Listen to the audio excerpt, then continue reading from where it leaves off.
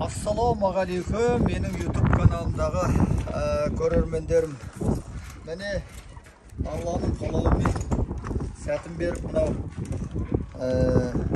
жаздық tavuk qoramızda salınıp, mene қазір tavuklarımız барлығы sırtına шығып,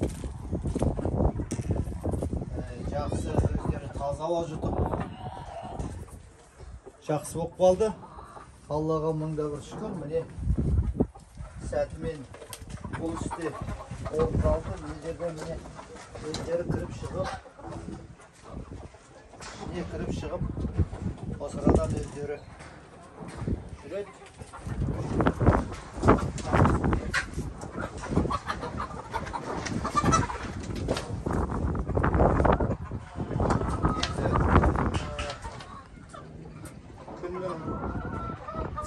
Суын күтіп отырмыз. Алла жазса, осы күн ысығаннан кейін осының ішінің барлығын тағы бір қабат реттеп, өзі қалпына келтіреміз.